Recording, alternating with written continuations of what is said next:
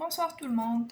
Donc il nous reste le dernier chapitre à voir, c'est le chapitre où on doit traiter le modèle cinématique inverse des robots à structure ouverte simple. Donc le modèle cinématique inverse, c'est comme le modèle géométrique inverse, ça serait l'inverse du modèle direct. Et donc ici, on va chercher à retrouver le vecteur vitesse articulaire qui répond à un vecteur vitesse opérationnelle voulu. Donc c'est l'inverse. On va avoir Q point égale à F de X point. La relation entre Q point et X point, ce n'est autre que le jacobien inverse. Et donc dans ce chapitre, on va chercher à savoir comment on peut calculer le jacobien inverse en prenant en compte les spécificités du robot. Si c'est un robot si c'est un robot à 6 degrés de liberté, si c'est un robot régulier, redondant, singulier, on va essayer de voir comment on calcule le jacobien dans le cas régulier et dans le cas singulier. Donc la première partie à voir, c'est le cas régulier. Le cas régulier, c'est le cas où nous avons un robot qui a un jacobien ou une matrice jacobienne qui est carrée. On va dire qu'elle est de dimension n. Et donc, une matrice jacobienne qui est carrée va correspondre à un robot où on a la dimension de l'espace articulaire qui serait égale à la dimension de l'espace opérationnel. Et donc ici, ça va englober les porteurs par exemple. Ensuite, ça va englober les robots à 6 degrés de liberté. Donc, un porteur, on a par exemple, on a 3 articulations. On a l'espace opérationnel de ce robot, c'est en fait une commandable composition. Donc, on a un espace opérationnel de 3. Et si mon porteur a 3 degrés de liberté, ça serait un robot où j'aurai une matrice jacobienne qui est carrée. L'autre cas, c'est le cas des robots à 6 degrés de liberté. Les robots à 6 degrés de liberté ayant un poignet rotule, c'est aussi des robots où nous aurons un jacobien qui serait carré, et donc on aurait un jacobien de 6 fois 6. Et donc c'est ce que représente le cas régulier. Le cas régulier, c'est le cas où nous avons la dimension de l'espace opérationnel qui est égale à la dimension de l'espace articulaire. Et donc, nous aurons une matrice jacobienne carrée.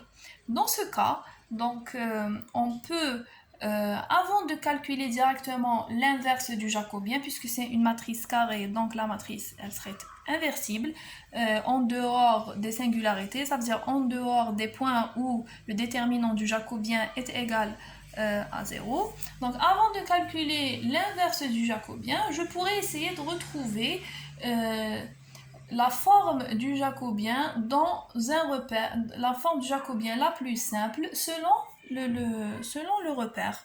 Et donc on sait bien qu'en fait, la projection de la matrice jacobienne va changer selon le repère dans lequel ce jacobien est projeté. Et c'est dans ce sens qu'on avait vu les décompositions en 2 matrices et en 3 matrices. Donc la décomposition en 2 matrices, ça serait le calcul du jacobien, le calcul du torseur cinématique dans le repère de l'organe terminal et projection dans un repère I, où I ça serait la partie entière de n sur 2. Et on a vu la deuxième décomposition qui est la décomposition de Renault, où on va calculer le torseur cinématique de l'organe terminal dans un repère intermédiaire J et faire la projection de ces vitesses dans le repère I.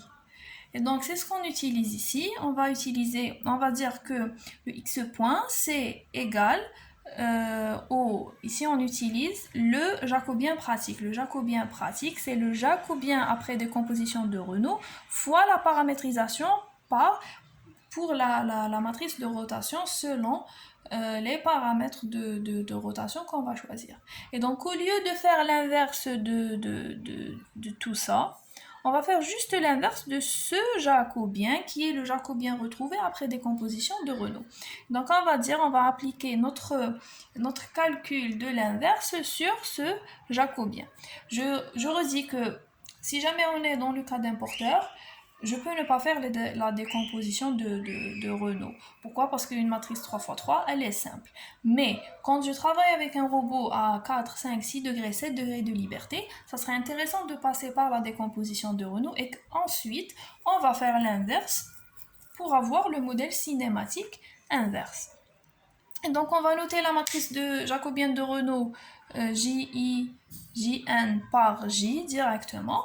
Et cette matrice jacobienne, dans le cas d'un robot à 6 degrés de liberté, on peut voir qu'elle peut être décomposée comme ça. Elle peut être écrite sous cette forme. Nous avons 3 matrices pleines, A, B, C, et une matrice 0. Et donc, ici, là, je peux faire J-1 directement, il n'y a pas de problème. Mais là, on va toujours dans le sens où on veut avoir le moins de calculs possible. Donc on cherche toujours à simplifier, à retrouver des chemins par lesquels je vais diminuer le nombre d'opérations que je fais. Donc on a remarqué qu'en fait, quand on travaille avec les robots à 6 degrés de liberté, la matrice jacobienne la plus simple peut être mise sous cette forme. Et que l'inverse d'une matrice ayant cette forme, on va passer de l'inverse de toute la matrice vers juste l'inverse de A et C qui sont des matrices carrées d'ordre moindre et donc où l'inverse serait plus simple à faire. Et donc si je peux mettre la matrice jacobienne sous cette forme, je peux calculer l'inverse de cette matrice seulement en calculant l'inverse de A et C et en les incorporant dans la formule de cette forme. Et donc ça, c'est pour la première méthode, pour le calcul du jacobien dans le cas régulier, où nous avons une dimension, une matrice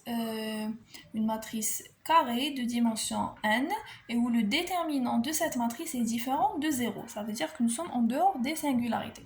Une deuxième méthode, c'est toujours dans le cas régulier. Une deuxième méthode, c'est la méthode où on va bénéficier du fait que notre robot soit découplable en translation et en orientation. Donc, quand notre robot est découplable en translation et en orientation, nous avons le vecteur configuration pour la translation, nous avons le vecteur configuration pour la rotation. Donc, si je peux décomposer mon vecteur x point ou q point en deux sous-vecteurs où nous avons un découplage, et c'est le cas où nous avons un robot à poignée rotule.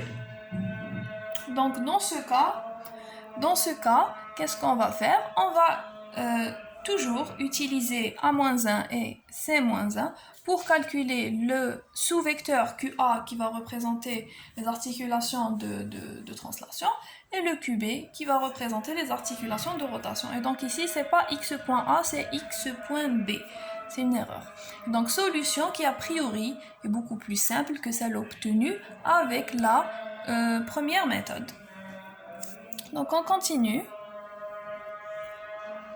Donc ici on a un exemple, on l'a vu, un exemple pour le robot Stobli où on va calculer le jacobien inverse avec les deux méthodes et où on va retrouver le même résultat. Donc la deuxième partie, c'est la partie ou bien c'est le cas où nous sommes au voisinage des positions singulières. Donc il faut comprendre que lorsque nous sommes dans une position singulière, le déterminant serait égal à 0. Et donc je vais perdre en rang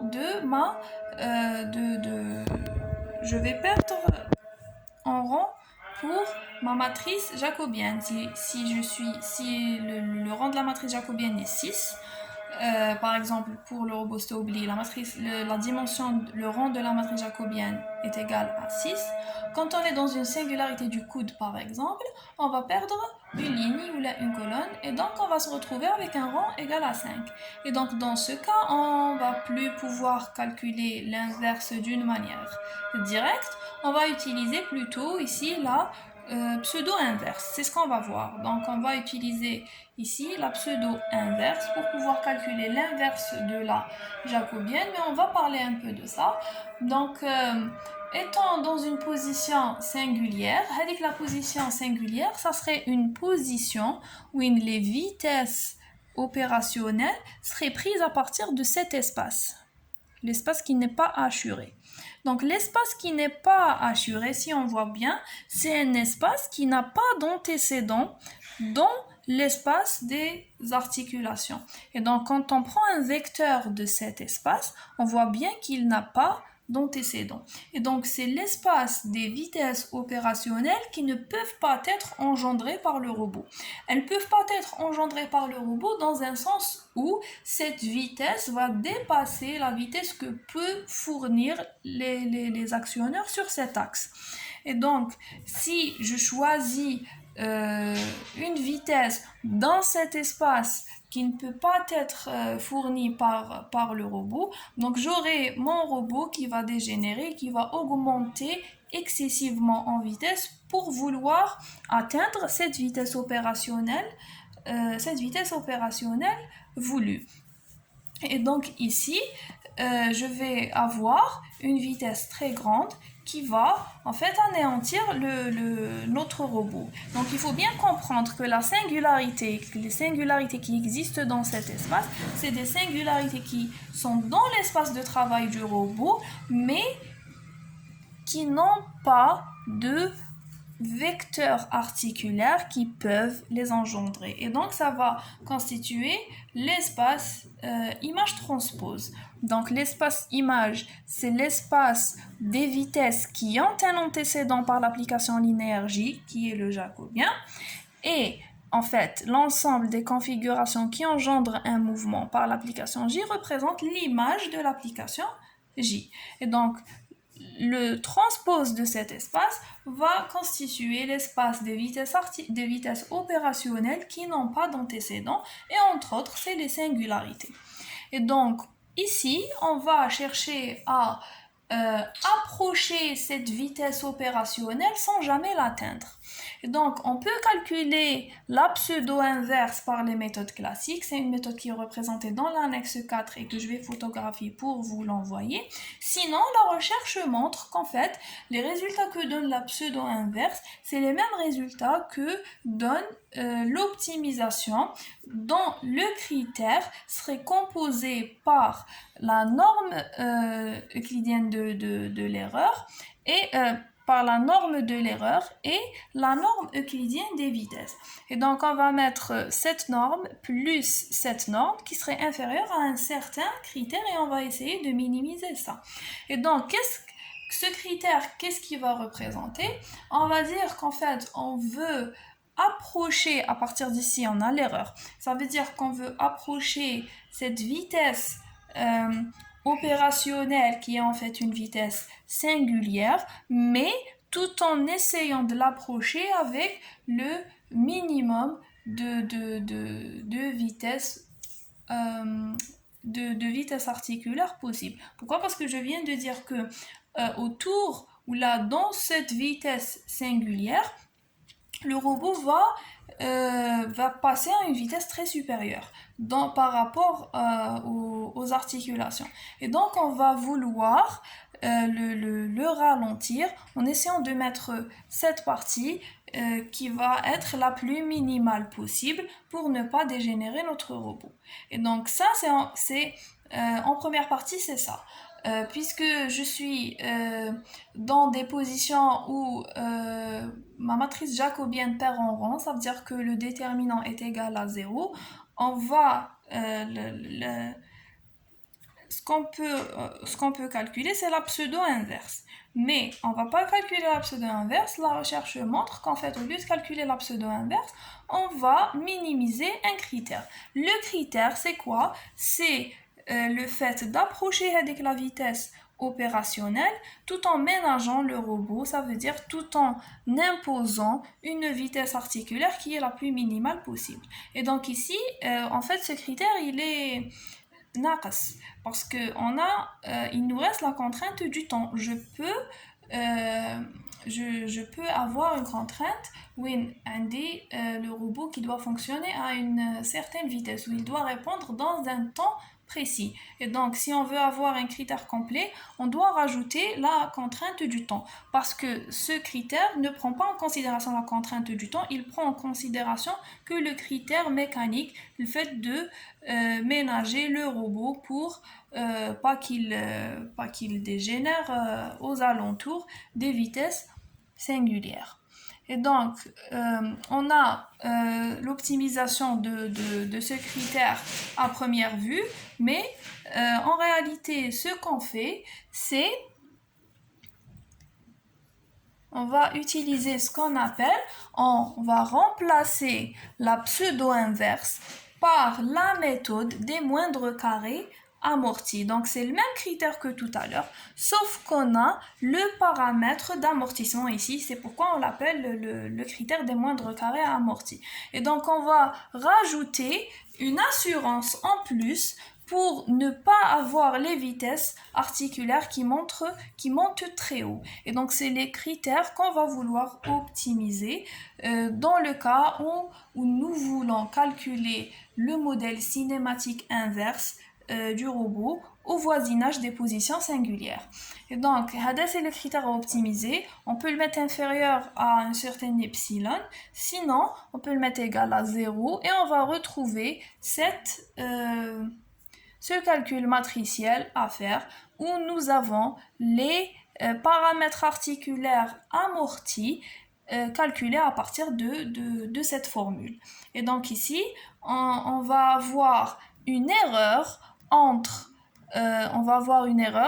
les paramètres articulaires censés opérer dans le cas où on ne prendrait pas en considération les limites en vitesse des actionneurs, moins la vitesse amortie qu'on vient de calculer, ce qui va introduire une erreur de vitesse sur les paramètres articulaires. Cette erreur de vitesse sur les paramètres articulaires va se propager dans l'espace opérationnel par une erreur de vitesse dans la vitesse de l'organe terminal, et la relation entre les deux, c'est toujours le jacobien.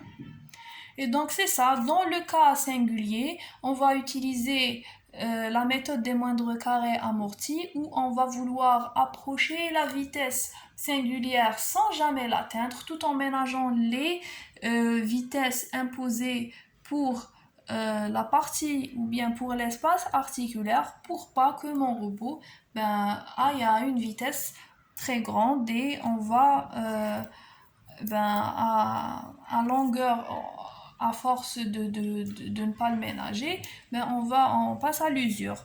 On va usurer notre robot. Et donc, c'est ce qui va toujours, quand on parle d'optimisation, on a des erreurs. Donc, on a l'erreur dans l'espace articulaire. C'est l'erreur entre la vitesse censée être prise si jamais on aurait pu travailler dans ce point singulier, et la vitesse amortie qu'on vient de calculer, et on a la vitesse propagée dans l'espace opérationnel. Donc après, on a des méthodes pour le choix de alpha. Donc ça, si jamais on fait de la pratique, on a besoin de calculer le paramètre alpha pour l'imposer. Et donc c'est ça, à partir de ce titre, le reste n'est pas dans le programme. On s'arrête ici à 6.22, où R est inférieur à 1 dans le rang de J. Donc c'est ici que s'arrête ce chapitre. C'est ici que s'arrête ce chapitre. Et donc c'est tout, normalement. Il me reste que les photos de l'annexe 4 à vous envoyer. Et on a vu ici le calcul du modèle cinématique inverse dans le cas régulier et dans le cas singulier. Voilà, je vous remercie.